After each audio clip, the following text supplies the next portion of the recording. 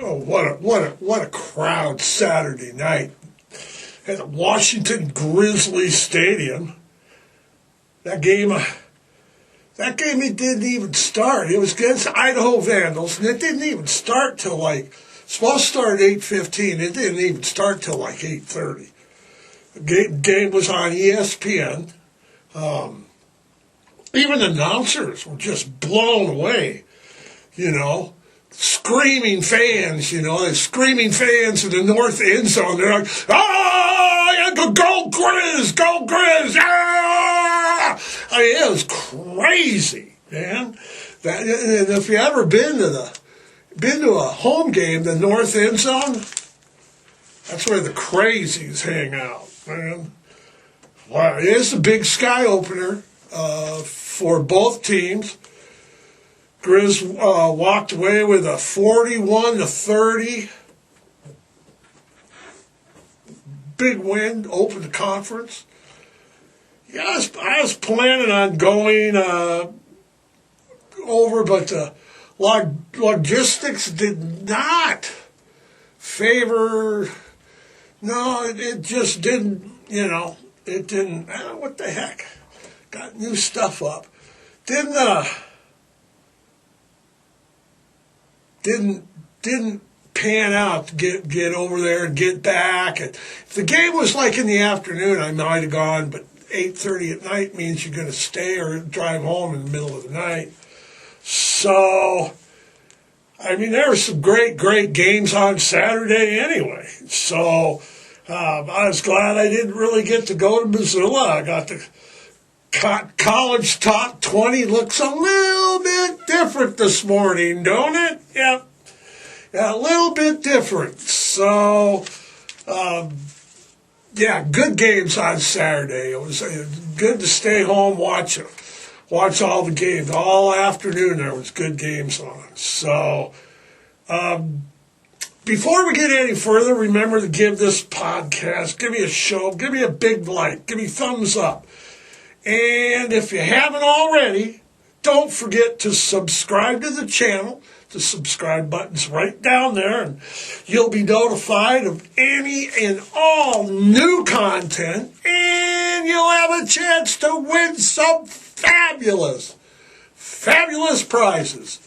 You'll also have a chance to take part in our Monday morning poll. Andy, do we have a question up this morning? We do. What do we got thrown up there? Are grocery prices getting out of hand? They're a little up. Yes or no in the comments section. You can go away with it. How, where? I've noticed that they're up. And across the board, there's some items that are, they are higher than other items. So, I think they're getting crazy, but what do I know? I mean, I'm not an economic guy or economist or whatever. I just know that everything seems to be up. So I'm a subscriber. So where's my prop this morning? There it is. Don't forget that this morning's podcast is brought to you in part each and every Monday morning by our good friends down at the Great Falls Gazette. Local news, local reporting. It's your only choice for all the local news that's fit to print. I mean, you got to pick up your copy today. What's on yesterday's cover here? Let's see. Got the squad leader, avian education.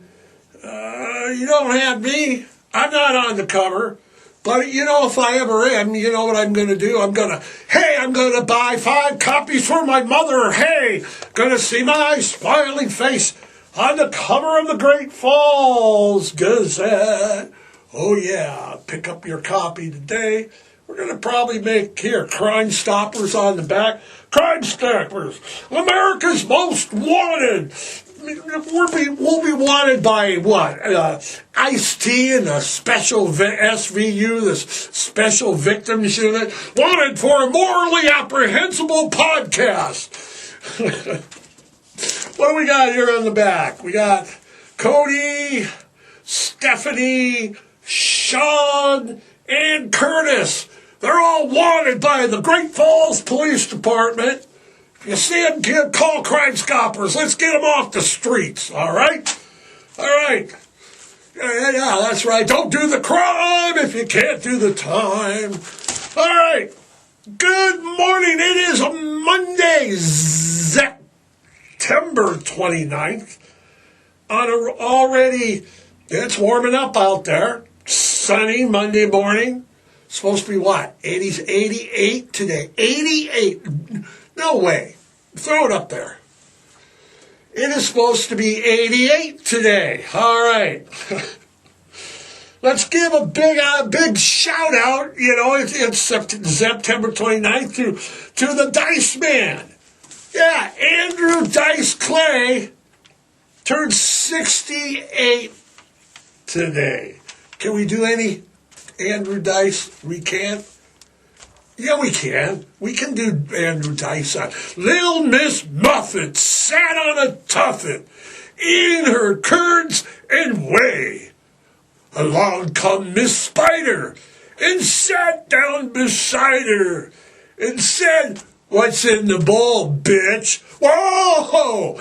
Yeah, that's the least offensive from the Dice Man I could find. So big happy 68 to Andrew Dice Clay. All right. It is September. Personally, my favorite month of the year. September means all Zeppelin, all month long, all day long, all the time. I mean, it's just Zeppelin. All right? Trivia for Zeppelin for the day. Andy, any trivia? They're still on their Japanese tour from last week. All right. They're still on tour in Japan. 1970 what, too? All right. Led Zeppelin's fifth album, Houses of the Holy, came out late March of 73. I mean, I remember that. Late March, that I was a sophomore. I remember it because we were all listening to Zeppelin all the time, and their last one had Stairway on it, and she's by, right? And everybody was like, anticipating what are they going to do next, What are they going to do? And then it came out. It was like, dancing days are here again as the summer evening goes. I got my flower. I got my power. I got a woman who knows. You know it's all right. You know it's all right. I guess it's all in my heart. Yeah. Why? It's Dancing Days, Andy. It's Led Zeppelin. Led Zeppelin, Houses of the Holy. Anyway, I remember the release of it because that morning it seemed like half of Sentinel High School, that's where I went, Sentinel High School in Missoula, half of Sentinel High School, or all the cool kids that I knew that were there, they just were gone. They were out. Budget tapes, and what else did I have in Missoula? I'm thinking we had budget tapes and records. Did we have Tower? I think in Missoula. But yeah, everybody was waiting in line for the new Zeppelin album. You're all supposed to be in homeroom. Yeah, right. Houses of the Holy's coming out this morning. We're not in homeroom. Spring of 73, that would be, like I said, the end of my sophomore year. Dancing Days was actually released as a single.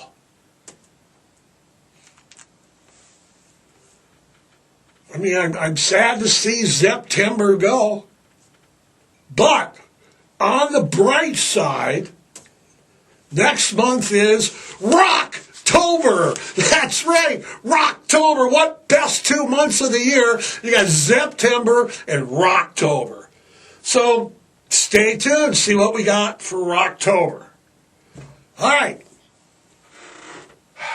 What we got this morning, Andy? Besides Andrew Dice Clay birthday and Led Zeppelin, Houses of the Holy, and Zeppelin on tour in Japan. Well, okay, this Saturday,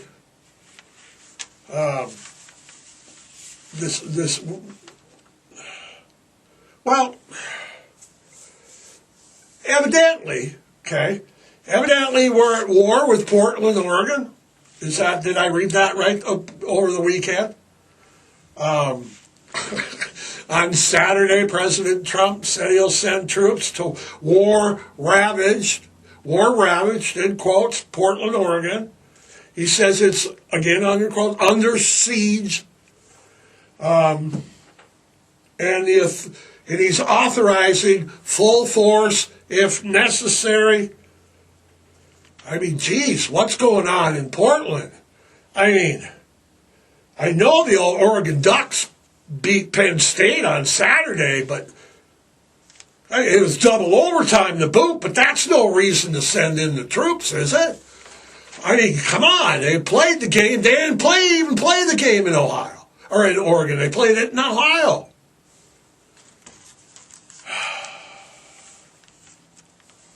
Boy, man. I mean, I didn't know that we were at war. I didn't know. Who's invading them? What, I'm making light of things? You think?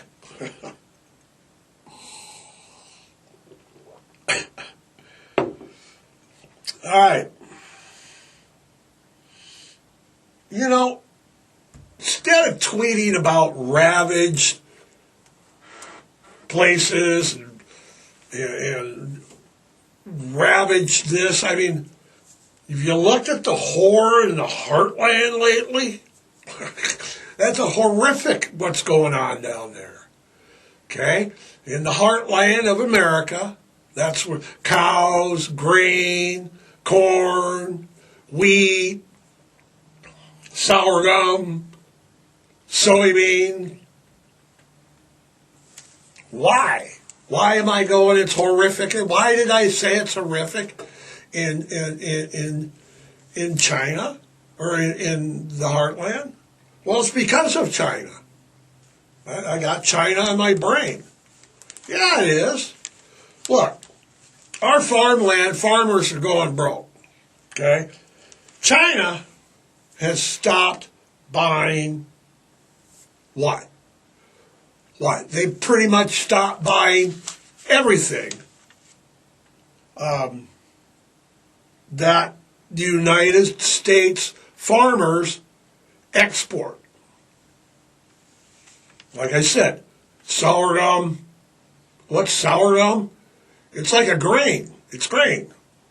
Okay, corn, beef, cotton, rice, but soybeans is what's really standing out. Everything else is suffering. Okay, all the farmlands are suffering. All those things that I just said, that I talked about. I said grain, corn, cotton, beef, rice, but soybean.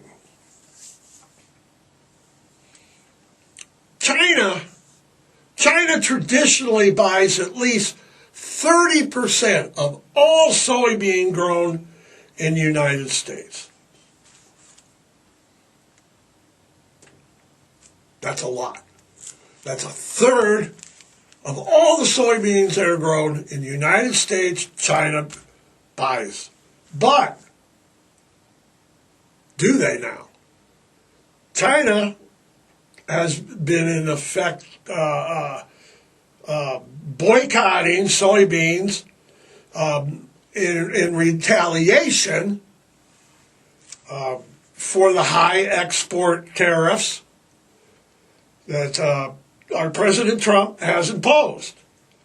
So they're like, no, we're not going to do it. And you've all read about it. We all know it's happening. Farmers are not only worried about this year's crop, but they're also worried about the long-term viability of their business, their farms, their livelihood.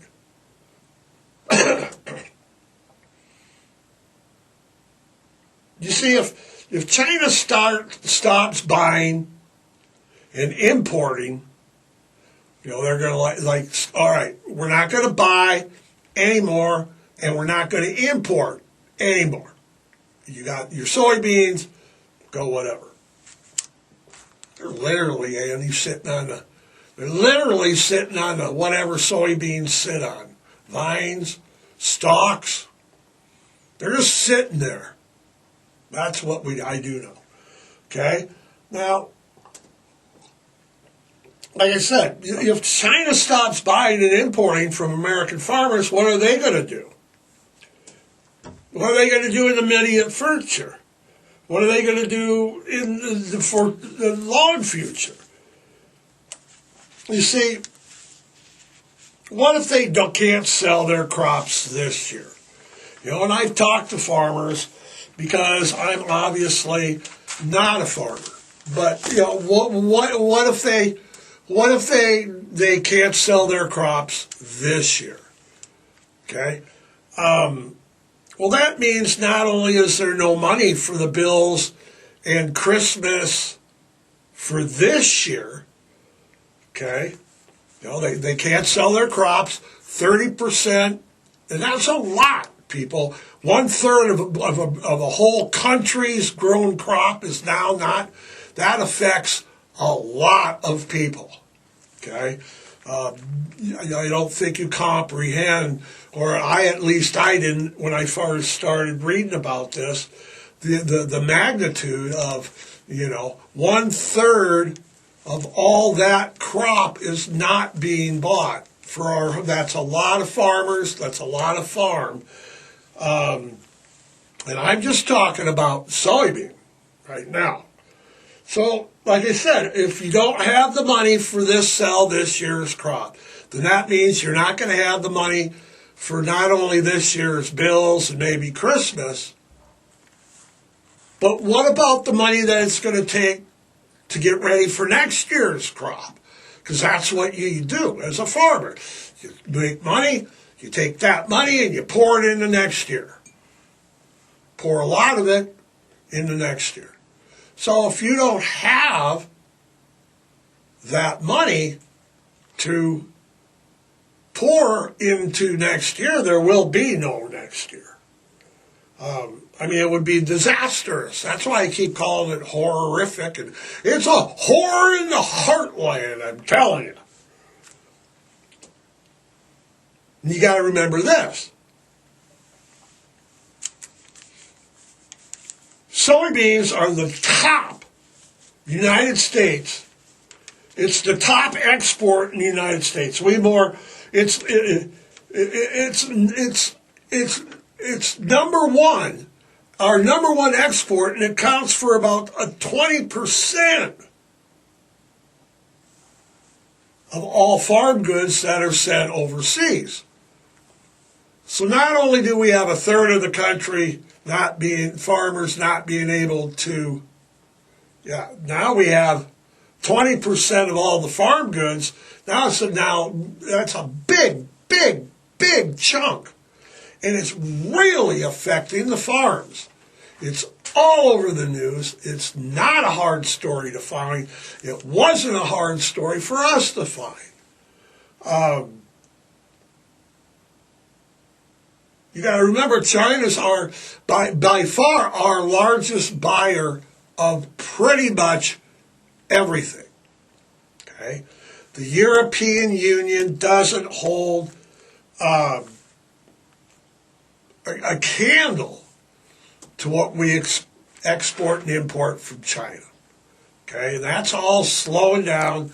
You know, you read reports, you know, it's not. You read Facebook, social media, the economy's great. You know, farmers, look at what's happening. Farmers are not having a great time right now. Okay, that's what we're talking about. Okay. Last year, the United States exported nearly $24 billion worth of soybeans, with China buying up more than half of that. They bought $13 billion worth of we exported $24 billion. They bought over half of it. And now they're not buying half. And I'm telling you now, it's everything. Corn, wheat, but rice, sorghum, beef, but it's especially soybeans. This year, China hasn't bought any soybeans, any rice, any wheat, any sorghum, any corn, any beef, anything from the United States since March.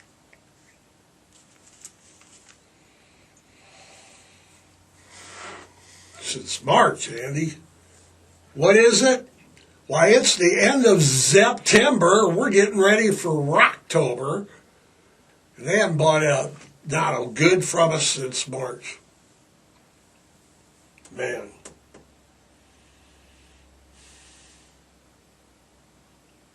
And with the U.S. farmers now hurting, the President administration is under growing pressure to reach a trade deal with China.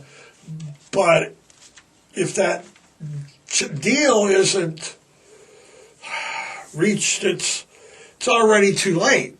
You know, if they can't reach one quick, it's already too late for the Heartland. China's already found other sources, and that's not good for American farmers as of 2025. We live in a global economy, not a standalone economy.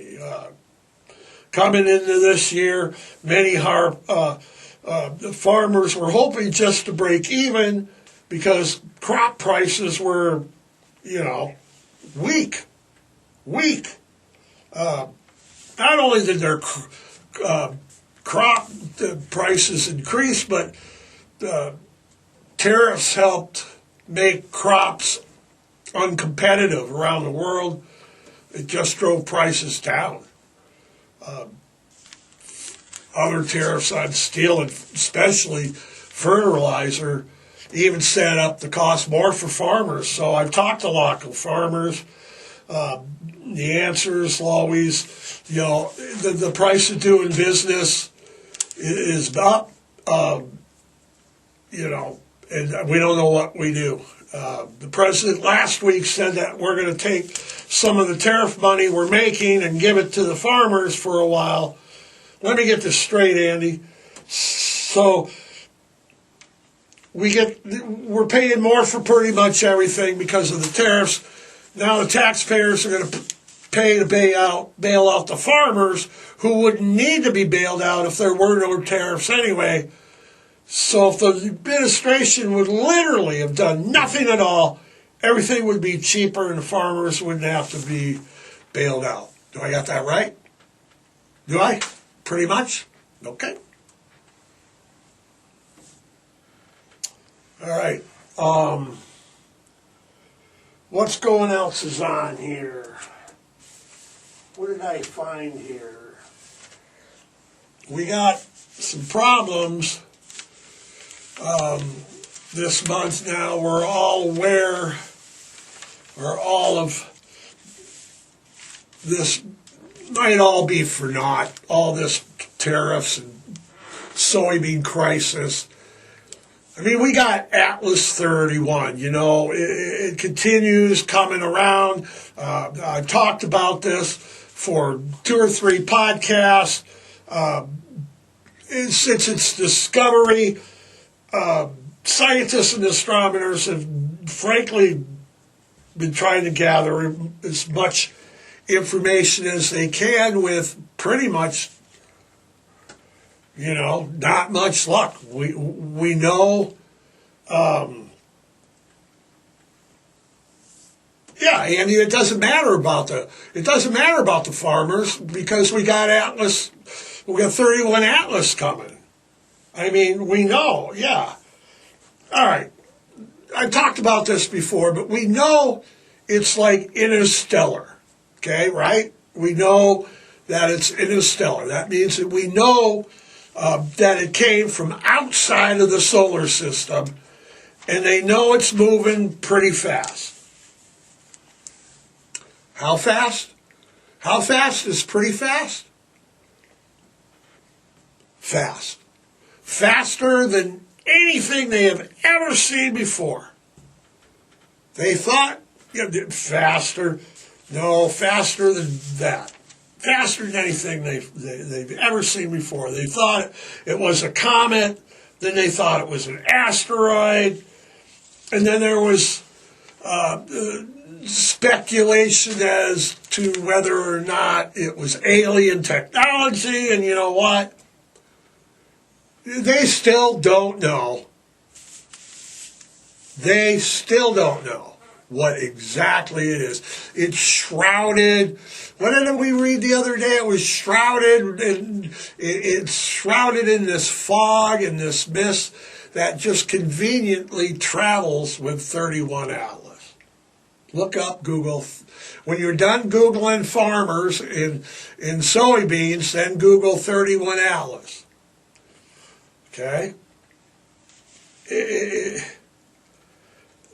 don't know. Like I said, they don't know. It's got a comet. No, it doesn't. It's an asteroid. It's got a tail. It's got lights from the front.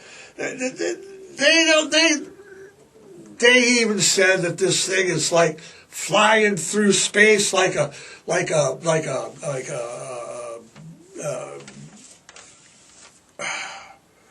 fighter pilot or whatever. It's dodging, alien, Yeah, this thing is like what? And it's not as big as we really thought. I thought it was before when I recently, it's about 2.5 to 3 miles around. And it's about 6 to 7 feet tall. And it's going through space at breakneck speeds, I'm telling you. It's flying through space. And it's going faster, like I said, than anything ever has traveled through our solar system. And it's coming right for us. I mean, it's not going to hit us, they say, but it's kind of, it's heading to your direction, okay? And it's moving like a fighter pilot. It's like dodging gravitational pull. And it's, moving here and it's moving there. And I'm telling you, what was it? To further stoke the conspiracy fuels,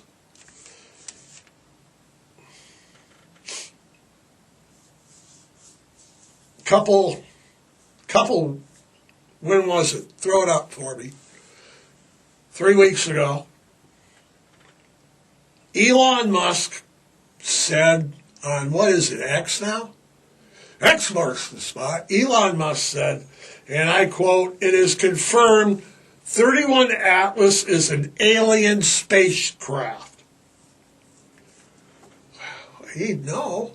I mean, I wonder if he used like Starlink internet to figure that out. And, when is 31 Atlas? Throw it up. It's supposed to be here. And it's supposed to be here in a couple of weeks before Thanksgiving. All right.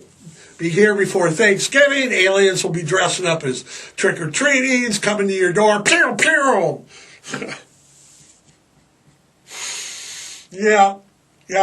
Aliens are going to be here like the movie Independence Day with Will Smith. Remember that movie when they were crop dusting at the beginning, the old drunk crop duster, and they were talking about saving the farms, and then aliens came. Wait a minute.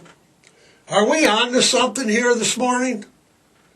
I mean, we're talking about farming and crises in the farmland, and then we're talking about aliens, and then there's the more obvious correlations of the movie Independence Day. Today is because they were worried about saving the farms, and we're as a country worried about saving the farms, or you should be after today. And then aliens come in the movie, and Elon said just 3 weeks ago that 31 Atlas is an alien spacecraft. So, we're on to something. We're on to something. So, how can we miss it? And you all remember what happened in that movie. So if they come, don't be standing up on buildings, having welcoming parties for them. Google what's going on with the farmers. It's not cool. Talk to some local farmers.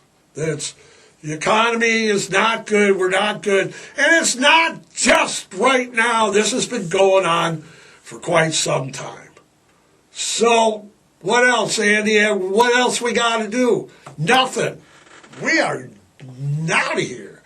All right. Spay and neuter. Adopt, don't shop. Foster, rescue, volunteer. Hey, if you can't do anything else, donate. But most importantly, adopt a sheltered pet today. We're done. We are out of here. See you next Monday.